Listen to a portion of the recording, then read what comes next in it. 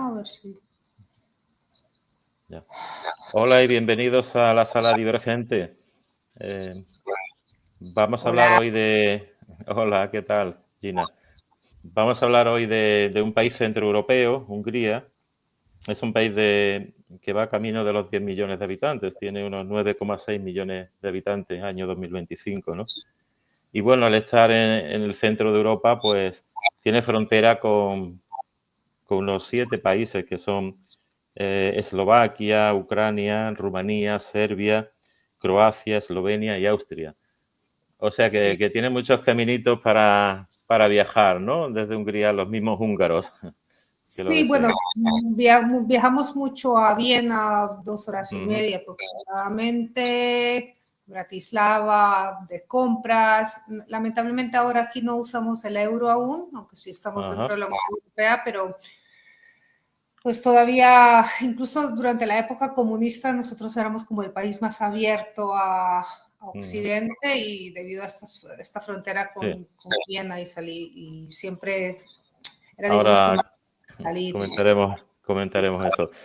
Bueno, tu profesión, eres antropóloga, ¿verdad? Antropóloga y también eres terapeuta, fisioterapeuta, si no me equivoco, o quiropráctica. Sí, bueno, es una especie de terapia manual, una especie de masaje japonés que incluye muchas cosas. Es un tema aparte bastante interesante, pero estudié antropología cultural y también trabajé como guía turística durante varios años aquí en Budapest y, bueno, y en América Latina, pero eso también es otra historia. Claro. Bueno, vamos a darle un pequeño repaso a la historia de tu país, de Hungría, rápidamente, y ya vas comentando si te parece algo, te pregunto yo. Empezaremos, pues, al final de la Segunda Guerra Mundial, en el régimen comunista de 1945 a 1989, que tras ser liberada por el Ejército Rojo y ocupada, cayó bajo la esfera de la URSS, ¿no?, de la Unión Soviética. Luego, desde 1947 al 49, el Partido Comunista Húngaro, mediante la táctica del salami, eliminación gradual de la oposición, estableciendo la República Popular Húngara en el 49 en un estado estalinista. Fue así, ¿no?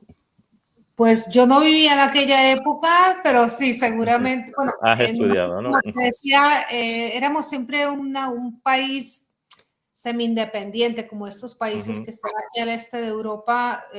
Era una república en realidad, pero sí que estaba todo dictado y normalizado, todo estaba bajo la Unión Soviética, era quien dictaba las normas, digamos. Sí, era una época, digamos que oscura del país, pero la verdad que a mí me parece que o sea, el país quedó en ruinas, pero tienes que tener en cuenta que pasaron también otras cosas, o sea, venían antecedentes de la Primera Guerra Mundial, pero naturalmente al estar nosotros éramos aliados de los alemanes y con el Tratado de Trianon se habla mucho y todo esto, pues Hungría había perdido 2/3 partes de su territorio. Somos un país pequeño en el centro de Europa, ¿no? Como has dicho, rodeados de muchos países, pero fíjate tú que Hungría tenía unos 270,000 kilómetros cuadrados, que ha reducido a 93,000. O sea, es un país pequeño,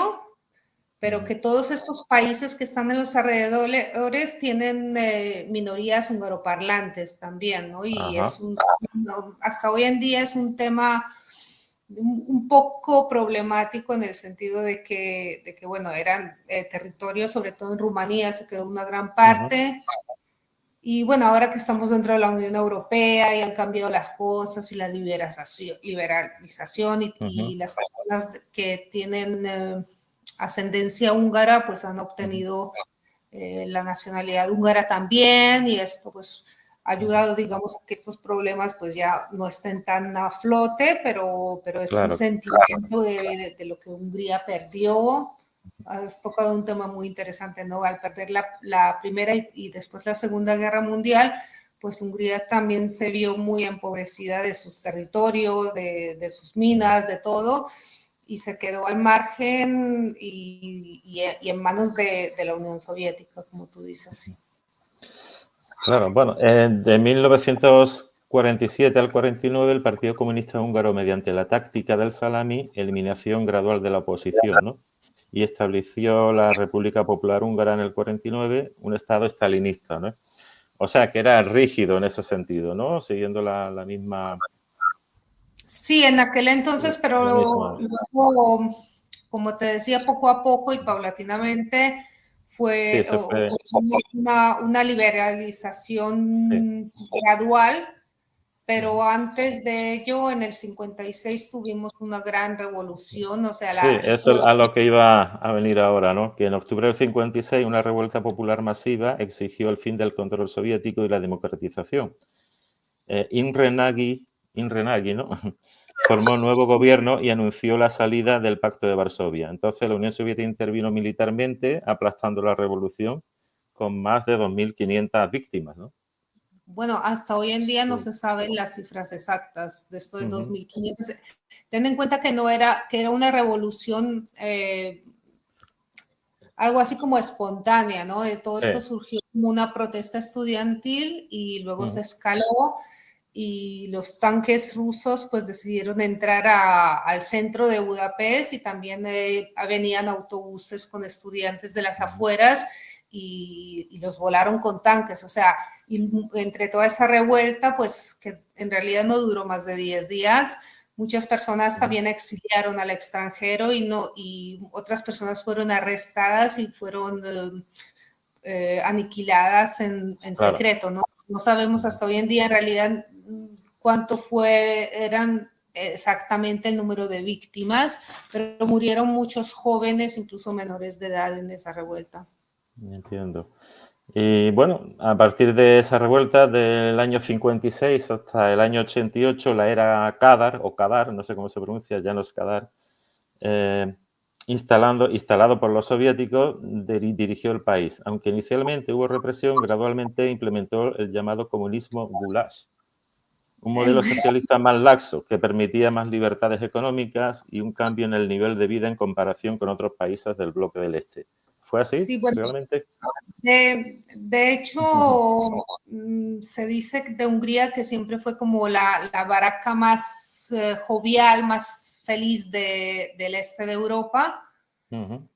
También como, en parte debido a esta revolución, pero fue paulatino, ¿no? O sea, pasaron algunos años de lo que le llaman el terror negro, ¿no? O sea, que sí hubieron muchos arrestos y algunos años muy duros, muy difíciles. Incluso hubo una revolución, me parece que en el 62 en Polonia. Polonia siempre fue como muy amiga, tiene una gran hermandad con Hungría. Y como una especie de castigo, los soviéticos mandaron a militares húngaros a que colaboren para apagar esa revolución en Polonia, ¿no? Entonces fueron años difíciles, pero a partir y Imre Nagy, como decías, que fue el que era entonces el primer ministro del país en el 56, fue acusado de haber llamado a esta revolución al pueblo y luego fue ejecutado también. O sea, fueron años difíciles y a partir de mediados de los 60, paulatinamente fue liberalizándose el país y en gran parte gracias a que estamos colindando con Austria, ¿no? Entonces era muy fácil salir, entrar y de hecho hasta hoy en día para los alemanes, por ejemplo, se recuerda mucho que el pueblo húngaro pues organizaba estos picnic en la frontera con Austria, en la ciudad de Schopf, y ayudaba a escapar a muchos alemanes de Alemania del Este. Sí, o sea, a través de la frontera, ¿no? Porque como era, digamos que una frontera un poco menos vigilada, más laxa, más fácil de pasar. Me pregunto una cosa, si en la época comunista teníais permitido viajar de un país del este a otro del este, ¿no? Por ejemplo, de Alemania del Este, Hungría o... Eso estaba claro que sí, o sea, eso era como una especie de la Unión Soviética. Nosotros no pertenecíamos a la Unión Soviética, eso sí lo quiero dejar claro, porque esos países que estaban más al occidente, más cercanos, pues eran como sí tenían que llevar todo el comercio y hacer lo que les mandaran de la Unión Soviética, pero y había militares rusos en el país, que, bueno, sí que se sentía, digamos, esta opresión, pero básicamente sí se podía salir, pero claro, siempre habían como, no podías llevar hasta una cierta cantidad de dinero y no más. Algún familiar tuyo tenía que quedarse en el país, algún familiar cercano, tu esposa, tu hijo, ¿no? Para que Sí, si que no podías mudarte. No podías mudarte. No podías cambiar de residencia. Sí, o sea, no era así con libertad, pero por otra parte, el comercio entre estos países que estaban bajo, digamos, la mira de la Unión Soviética, pues tenían un comercio interior muy interesante. O sea, a lo que me han contado a mí, claro. Personas que vivieron que sí vivieron en aquella época, es que aquí se comía muy bien, porque se comía caviar y porque el caviar que venía de Rusia tenía Era un del precio muy vecino, bajo. claro. Sí. Sí, se comía más dicen que se comía más pescado de mar en aquel entonces que ahora, por ejemplo. Nosotros no Increíble. tenemos salida al mar, entonces es un dato curioso. No digo que se viviera de lujo, pero sí que llegaban, digamos, no sé, en conservas, algunos productos que hoy en día se consideran de lujo, pero en aquel entonces no lo eran. O sea, es un poco Muy así bien. como interesante. Luego llegó la transición democrática, digamos, a partir de 1989, en que Hungría abrió su frontera con Austria, permitiendo el paso, como has comentado antes, de la República Democrática Alemana hacia Occidente. Y en octubre del 89 mismo se proclamó la Tercera República, poniendo fin al régimen pacíficamente. O sea, le dijeron adiós al comunismo de forma tranquila, no hubo ningún percance. Gracias a Dios, en aquel entonces, en lo que era la Unión Soviética, ¿no? Era Gorbachev, que él fue el que dio el paso, ¿no? De que permitió, bueno, la autonomía de lo que eran los países que sí pertenecían a la Unión Soviética. Entonces muchos de estos países, Georgia, obtuvieron la república o la autonomía de nuevo, y estos países que ya quedaban más lejos, pues de hecho quedaron, digamos, que fuera del alcance de las manos de esa Unión Soviética desmoronada, de lo que quedó de Rusia, ¿no? Entonces, la época de Gorbachev y la caída del muro. Sí, la caída del muro y todo eso. Entonces hay que tener en cuenta que en Hungría ya había, como te decía, militares de la Unión Soviética que habían estado viviendo aquí durante décadas. Y bueno, el ruso era una lengua que se estudiaba aquí como el inglés, más o menos hoy por hoy en las escuelas, ¿no? Era una lengua, segunda lengua obligatoria en la escuela, estudiarla y tal. Y pues había muchos matrimonios mixtos. Entonces, como fue una transición pacífica, en realidad sí que hay documentales que muestran cómo se iban en los vagones de trenes los soldados rusos, y la gente pues lloraba, ¿no? Y se despedía de sus amigos de después de toda la tanto vida, tiempo, porque habían pasado. Claro. Claro, no, mi idea no es idealizarlo, ¿no? Te cuento anécdotas No, que pues la escuché, realidad, porque claro, sí. habían cosas buenas y habían cosas malas. O sea, no es que todo fuera color de rosa, solo son anécdotas que un poco para compensar lo que se piensa a veces, ¿no? Yo como guía turística, cuando trabajaba como guía turística aún, me preguntaba, ¿no? Que cómo se vivía aquí sin dinero y cómo era la cosa, pero naturalmente sí que existía una economía también negra o gris. Muchas personas pues tenían que tener 2 trabajos para poder mantenerse bien, pero sí era obligatorio trabajar. Entonces o sea, no era que la economía fuera muy alta y las personas no tenían acceso a muchos productos que sí tenían acceso en Occidente, pero en general, según lo que he escuchado de las personas, tampoco se vivía mal, porque siempre llevaba esta doble economía Hungría, ¿no? Entiendo. Un poco los oficios, las personas de oficios pues trabajaban siempre aparte por un dinero extra. y además el país en sí es un país que tiene una tierra muy fértil, entonces también, y es un También país, la bueno, es un país agricultura, pequeño, pues, pero claro, ayudó siempre fue. en el Producto Interior, ¿no? Claro.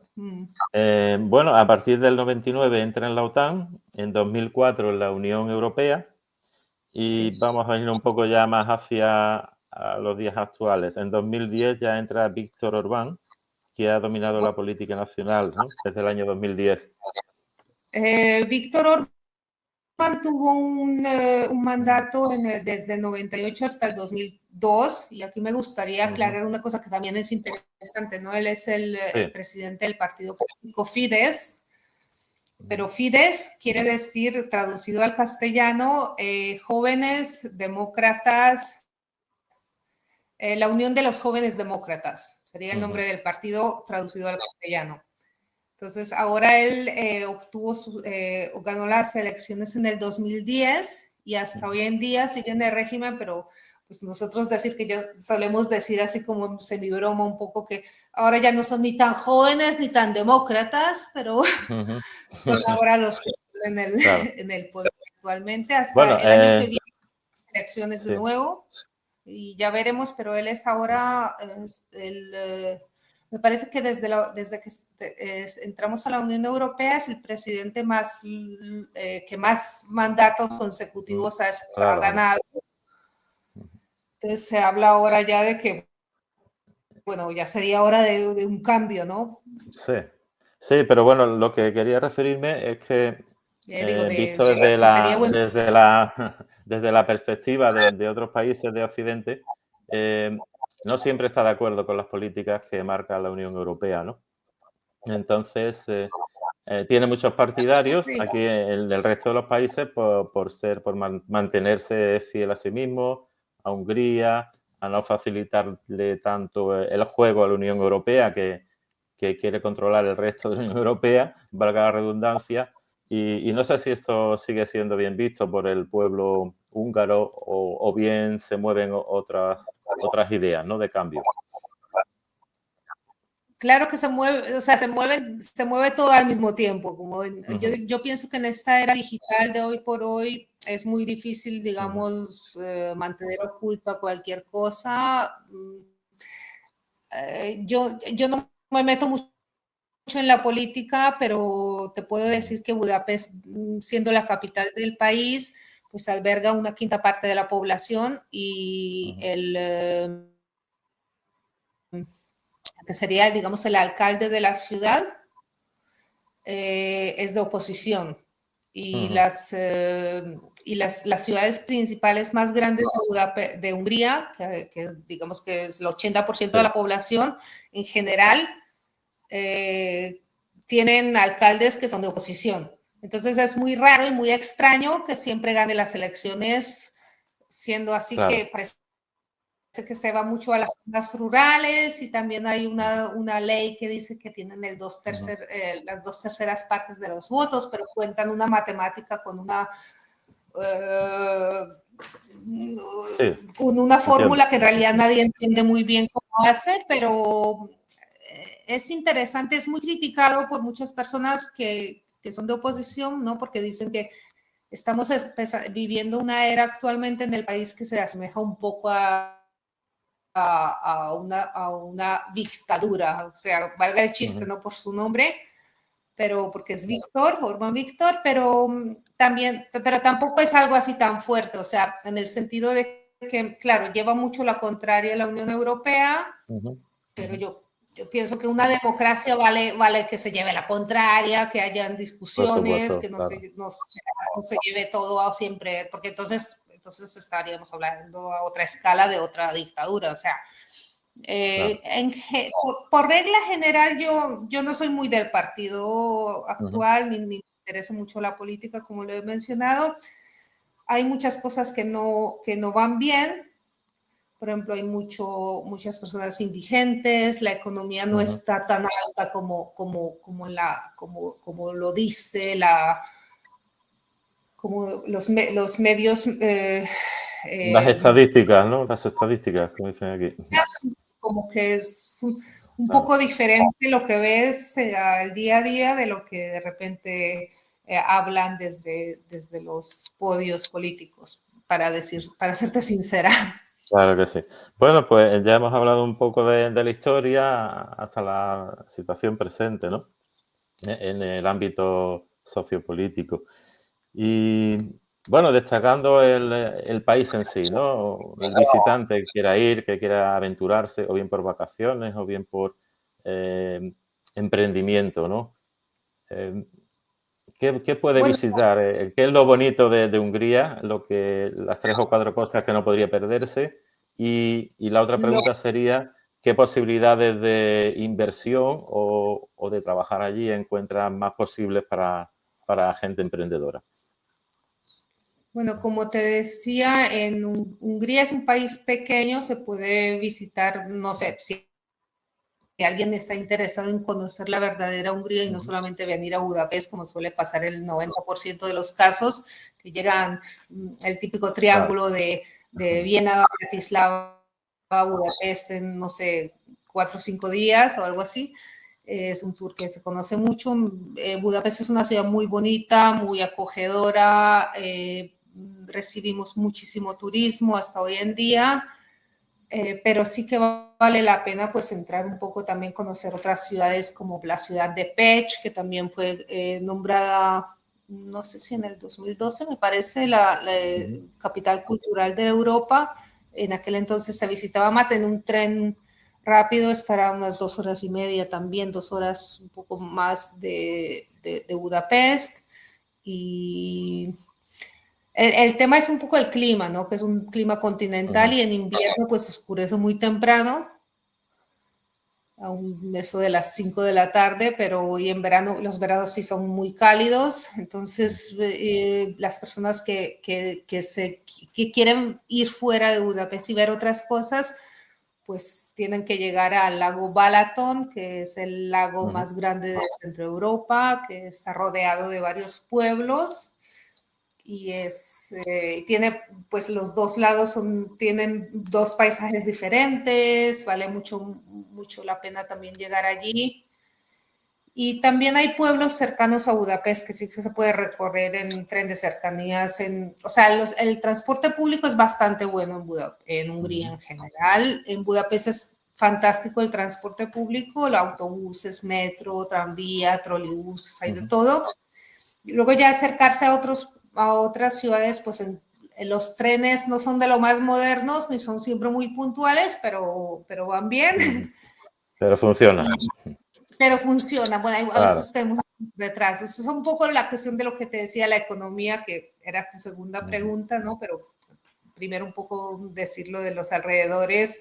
Ahí tenemos muchas aguas termales, también no solamente en Budapest. A un dato curioso que no quiero que se me olvide decirlo, porque Budapest en realidad eran antes 3 ciudades, no 2, sino 3, la antigua Buda y Pest. Pero Buda viene de Voda, que es una palabra de origen eslavo, que nada que ver con el húngaro, también quiero dejarlo claro, pero significa agua. Y Pest es caldera, o sea, si quisiéramos traducir al castellano la palabra Budapest es algo así como aguas calientes. Es un Ajá, dato aguas curioso. calientes. Suena bien. Aguas calientes, Sí, sí. si lo Eso está bien. quisiéramos traducir así. Pues Budapest es, como te digo, puedes salir a pueblos cercanos, a San Andrés, también se visita mucho el recodo del Danubio, que se llama, que es también varios pueblos unidos en una zona que tiene un paisaje muy lindo, tenemos varias fortalezas que suelen visitar también Visegrad, que es un pueblo que tiene una colina y en la colina hay una fortaleza, es muy bonito, también se puede cruzar o se puede regresar en barco a Budapest por el Danubio. El Danubio, de hecho, que es el río más largo, también tiene 2.700 y pico de kilómetros de longitud y atraviesa varios países, pero solamente la capital de Budapest es la que la parte en dos. Entonces hace que la ciudad sea verdaderamente imperial y llamativa, ¿no? A veces. ¿Hay diferencias entre Buda y Pest? Bueno, hasta hoy en Eh, día, o, por voy a decir ejemplo, una es la más moderna, la otra más tradicional. o cómo sería la diferencia? Buda tiene edificios más antiguos también, pero también está lo que es el casco histórico de Buda, que es el castillo de Buda, que es un distrito entero, es un monte que tiene varios edificios dentro, no solamente el palacio, sino que hay incluso viviendas dentro. Son más antiguas que Pest. Y pues Pest es más comercial, ahí es donde están más oficinas, más bancos, más vida nocturna también. Buda es más accidentada, tiene más montes, y Pest es totalmente plana, totalmente llana. Entonces hay ciertas diferencias. También las personas que les gusta más, es más verde, más la zona de Buda, que la zona de Pest pues tiene más tráfico, más movida. Sí, hasta hoy en día existen diferencias, claro. Bueno, no quería olvidar un personaje, yo creo que es el más conocido de Hungría, como es el arquitecto y profesor Erno Rubik. Sí, bueno, él hasta ahora es uno de los, bueno, ahí tenemos muchos premios Nobel, muchas personas muy famosas que tienen origen húngaro, ascendencia húngara, pero el ingeniero Rubik, él se ha quedado en Hungría todo este tiempo y hasta hoy en día vive en Hungría, en Budapest, o sea, sí. Ya es su juego del cubo mágico, es un invento que es conocido yo creo que en todo el mundo. Sí, lo hizo como una herramienta para ayudar a sus alumnos a entender los objetos tridimensionales y las relaciones espaciales. Lo patentó en 1975 y fue rebautizado en el año 80, ¿no? Como el cubo de Rubik, que fue un fenómeno global de la década. Yo me acuerdo de aquí en España mismo, pues todos los niños, todos estábamos ahí con el cubito por todos los lados. Increíble. A la moda y empiezan otra vez pero sí, es un juego, un juguete, como decirlo, auténticamente un hungaricum, como diríamos nosotros. Yo supongo, digo, bueno, Hungría tiene ya un multimillonario, ¿no? No sé cómo se tomaba. Varios, o sea, eso también lo digo bajito, pero Claro. Soros es húngaro también. O sea, de hecho, Soros es... Soros, sí, sí. Es Sí, pero Soros vive fuera. Digo, el Rubik se quedó a vivir en Hungría, ¿no? Vale, bueno, Rubik seguro. Pero también, o sea, hay muchas personas de ascendencia húngara que, por ejemplo, después del 56, como te mencionaba, hubieron muchos exilios, muchas personas que escaparon del régimen durante estos años. Y es importante también mencionar, pues, las colonias húngaro-parlantes que llevan 2, 3 y 4 generaciones viviendo en el extranjero. En Estados Unidos mismo también, por ejemplo, prácticamente dicen que toda el cine estadounidense partió de los hermanos Korda, de Picture, ¿cómo era? O sea, son húngaros que tuvieron mucha influencia en Hollywood y llegaron tiempos que decían que en las entradas de los estudios de Paramount estaba escrito que no, en húngaro, que no vale hablar húngaro, tienes que tener otro talento también para entrar aquí, porque eran todos húngaros. Claro. Bueno, yo recuerdo que en España de niño pues ya se hablaba de Puskás y Kubala, ¿no? Como Sí, futbolistas muy buenos, muy válidos y muy famosos, ¿no? Y vinieron de allí, de Hungría. Sí, pues tenemos, la verdad que sí, tenemos muchos aportes, yo creo, en general, a pesar de ser un país pequeño, pues ha brindado muchos aportes a nivel mundial. Como te decía, también los húngaros son muy conocidos como por sus premios Nobel. También dicen que cuando Albert Einstein salía de la sala, entonces la conversación entre los físicos, pues todos continuaban hablando en húngaro. Hablaban en alemán por Einstein, pero después volvían Increíble. a hablar como En materna. realidad es tan difícil aprender húngaro para un extranjero, o es un mito, o exagera mucho. Yo conozco algunos que han aprendido húngaro, pero sí es verdad que es uno de los idiomas, se considera uno de los idiomas más difíciles. Tenemos 44 letras o fonemas en el abecedario, pero se diferencian todos como letras autónomas.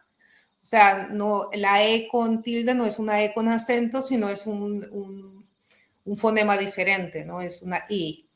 Y si pronuncias mal, entonces puede cambiar el sentido de la palabra totalmente, ¿no? Es un poco, dicen que es como el chino. De hecho, esto que te estoy mencionando de que los aportes que hemos dado al mundo y tal, es un poco también el discurso que se escucha día a día en Hungría, ¿no? Los húngaros somos un país pequeño, pero también tenemos mucho orgullo de nuestros orígenes ancestrales, porque el húngaro no es un pueblo eslavo, como la mayoría de los países que viven, que están alrededor nuestro, que tienen origen eslavo, como Eslovaquia, Ucrania, Serbia, Eslovenia, no, nosotros somos un pueblo que llegó desde la zona de Mongolia, seminómada a través de varias décadas y se asentó en el Valle de los Cárpatos en el año 1000.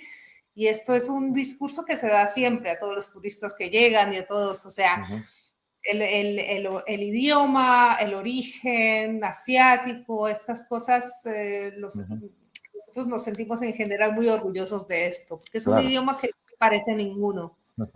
Bueno, en tu faceta de guía turística, ¿no? Porque has trabajado de guía turística. ¿Puedes contarnos un par de anécdotas con visitantes que te hayan sorprendido mucho? Que me hayan sorprendido mucho. Bueno, no sé, yo tengo una anécdota. Una vez llevé a dos parejas que eran de Argentina y que venían con un amigo, un señor que era un padre católico, ¿no? Un cura católico. Entonces fuimos a la iglesia Matías y yo siempre digo, pues no es la iglesia de San Matías, es Matías a seca porque él se casó allá y lleva como su apodo y tal, y siempre lo decía así como siempre un poco de broma, un poco así como dándole charla y pues comentando las cosas, ¿no? Y entrábamos a la iglesia y la protectora del país es la Virgen María de Nuestra Asunción. Entonces yo decía, bueno, entonces en este fresco vemos la Virgen que lleva 2 estrellas sobre la cabeza, como una aurita, y me dice el señor, que era el cura, es que esto es porque también es la protectora de la Unión Europea y que es el número de estrellas que lleva, por eso no viendo de estrellas. Y yo, vaya, qué interesante, tal. Y entonces el señor, la verdad que era una persona muy amena, y entonces le dicen, oye, pero intenta ser un poco más, como más respetuosa, porque él es una persona muy importante en el Vaticano y tal, y trabaja en el Vaticano. Entonces yo, bueno, sí, pero yo creo que yo he sido respetuosa. Entonces le dicen, déjenla en paz, que no hay que ser católico para ser buena gente, y esta chica lo está haciendo muy bien. Y luego a mí me gustó mucho esa anécdota y lo seguí repitiendo a las personas, que la Virgen María, que está allí con las 2 estrellas y tal. Y les decía una vez a un grupo que era de Argentina, y esto me lo contó un señor que era argentino y trabajaba en el Vaticano. Entonces me miren todos, pues esto era el Papa, ¿no? A lo mejor. Y luego caía en la cuenta y, Jolín, a lo mejor. Claro. Sí, pero la verdad en general, o sea, la palabra köszönöm también me gusta mucho. Siempre les decía a los turistas, tenéis que aprender a decir por lo menos gracias. Entonces, köszönöm, les decía. Entonces, claro, como es un que me cuesta pronunciar a los españoles. Claro. Y había una señora en un restaurante, le pidió una pasta y le traen para ponerle el queso. Y ella dice, queso no. Y el camarero feliz de que le estuvieran dando las gracias. Porciones de extra de queso en su pasta. Bueno. Sí, no, queso no. Hay para aprender a decir queso no, primero queso no. Bueno, pues sigue. Si tienes alguna más, no hay Es que problema. tengo un sinfín de historias, o sea, Vale, yo trabajé como 20 sí, años claro, claro.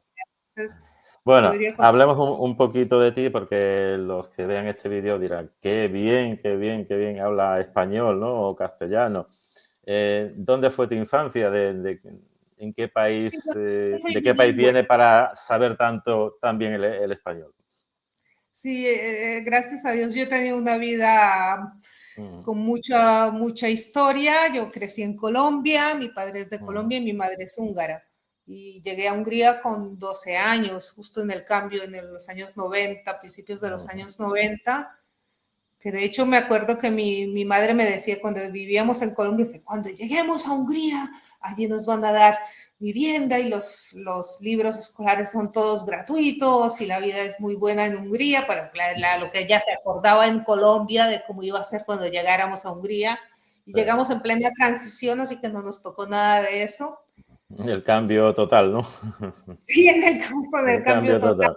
Bueno, era una época bastante Ah, difícil para Hungría, bueno, yo creo que para todos los países en general, ¿no? O sea, mm, de cuando hay un cambio de sistema político así tan grande, ¿no? Las personas quedan un poco como así como en shock de que no sabían cómo iban a hacer, ¿no? Y cuando entré bueno, eso es un poco, vuelvo otra vez a lo de Hungría, pero en fin, ujú, sí, yo crecí en Colombia, luego ya estudié aquí en Budapest, en la Universidad de Antropología Cultural, como tú has dicho, y ujú, Filología Española, y siempre trabajé con el español, así que el español, pues yo soy bilingüe prácticamente, soy también intérprete, traductor, y a pesar de que trabajé muchos años y me fue muy bien con esto, pues tuve una enfermedad de articulaciones, se me inflamaron todas las articulaciones y empecé a tratarme.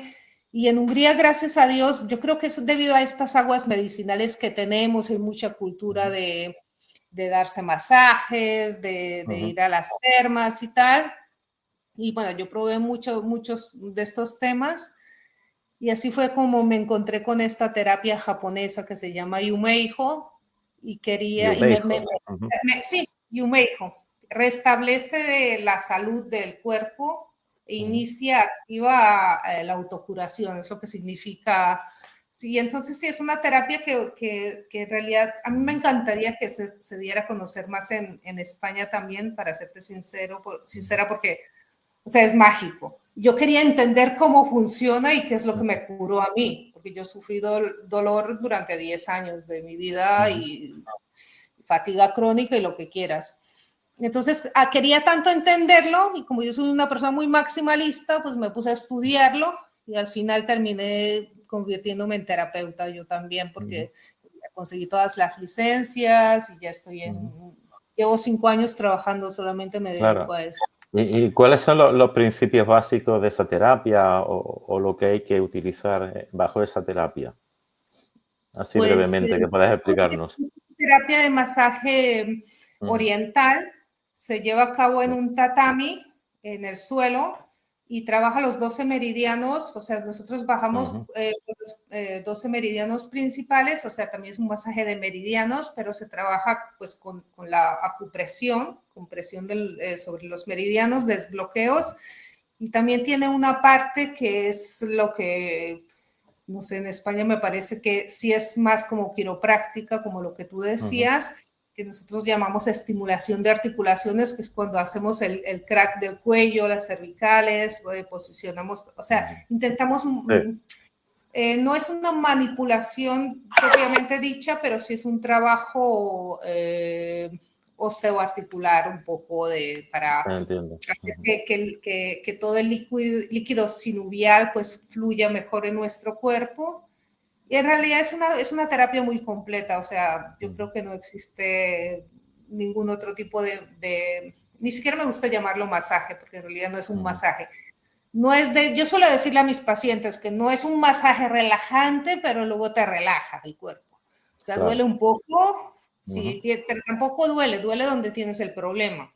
ujú, Ahí sí, cuando le das, pues duele un poco, pero yo he visto personas con muchos tipos de enfermedades, no solamente de movimiento, sino incluso les mejora, o sea, al mover tantas cosas en el cuerpo, les mejora el flujo sanguíneo, diabetes, un montón de cosas que tenían, hasta las van mejorando, porque Claro, restablece la salud. O sea, claro, como te digo, no entiendo. está, yo, según mi práctica, a mi consulta llegan personas ya en un estados a veces ya crónicos, entonces necesitan Sí, varias sesiones, requieren varios, más tiempo, pero lógicamente. sí, he visto muchas mejoras. Yo, claro, lo ideal sería si las personas tuvieran, digamos, más conciencia y se dieran de vez en cuando no sé, una vez al mes o cada 2 meses, lo que sea, pero que tener más conciencia de nuestro cuerpo, de reconocer cuando tenemos un problema y no esperar años y años y años hasta que se vaya degradando el cuerpo porque se acaba nuestra energía vital, entonces ya no tengo de dónde sacar esa energía vital para restablecer el cuerpo. Claro que Pero sí. es una parte Eh, maravillosa. y bueno, Gina, ya para finalizar, ¿cómo es el noruego en sí, en relación con los demás pueblos vecinos o de Europa? El húngaro. ¿Cuál es su carácter? ¿Cuál es su virtud o sus virtudes y cuáles sus defectos? ¿Podría resumirlos? Así Bueno, como... los húngaros somos, a ver, yo creo que como mencioné ya, que es un pueblo un poco orgulloso. Yo creo que en ser Ajá. orgulloso tiene su pro y su contra. Bueno, No está ahí... mal ujú, nunca tener, o sea, orgullo de, sí, nuestros ancestros, nuestra ujú, vida, pero también es un pueblo que es así como muy sufrido, o sea, se ujú, victimiza en este sentido de que no niego que hemos pasado malas rachas y que sí es verdad que hemos perdido todas las guerras y hemos perdido muchos territorios, pero le falta un poco, es un poco pesimista. ujú. Entonces, como que le falta el arranque de decir, sí, bueno, pero miremos más hacia el futuro y no tanto hacia atrás. Entonces, a mí es esa perspectiva la que me molesta a veces un poco, según Sí, mi le falta un opinión. poco de optimismo, ¿no? Un poco Sí, y de esperanza también, sí, digamos, ¿no? yo pienso que básicamente es esa melancolía, que Ujú, de hecho hay un dicho que dice que los húngaros se divierten llorando. O sea, se ujú. toman su Fíjate. Palin, que es como el aguardiente de frutas que se prepara en Hungría Ujú. tradicionalmente, toman dos, Palin se tres, llama, Palin. Ujú, escuchan la música de violín, de lo que tocan los gitanos, se ponen a ujú, llorar y así es como se divierten. O sea, diga, ujú. claro, esto es un poco Sí, estereotipizado, ¿no? sí, sí. Pero es un poco lo que Sí, pienso pero no que... deja de ser curioso e interesante. Tienes razón. Sí, bueno, pero que digamos sí, que es un poco la falta de optimismo lo que a mí, yo echo un poco de menos aquí, después de haber vivido mi infancia en Colombia. Claro que sí. Pero Y, y sí, que no hemos hablado de gastronomía. ¿Qué es lo que no debería de perderse quien visite Hungría? ¿Qué debería de comer o probar? bueno, no tenemos pescados de mar, como ya he dicho, Ujú, pero sí. sí hay pescado de río. Entonces se Ujú, preparan las sopas de pescado, no solamente el goulash, porque luego el goulash lo conocéis en España muchos sí. como un guiso, pero en realidad es una sopa fuerte que se toma Ujú, como plato único. O sea, es una sopa un poco más densa y la páprica molida, o sea, el pimentón ujú, molido, que no tiene por qué ser picante, también lo hay dulce, es el que le da ese color rojo a los platos, ¿no? Entonces, aparte del goulash, también tiene ese color rojo típico, la sopa de pescado, que también se prepara según qué zona, con un poco más de pasta, con varios tipos de ujú. pescado, claro, hay varias variantes. Y a mí lo que me gusta mucho, la verdad, nosotros le llamamos Teifel, que es como la crema de la leche, quería decir, ¿no? Pero Ujú. es más bien como una salsa agria. Bueno, no pasa nada. Creo que ha recibido una llamada. Vale. Y, y bueno, vamos a terminar la grabación. De todas formas, creo que ya estamos terminando y se ha cortado la llamada de Gina. Así que muchas gracias por la atención. Hasta pronto.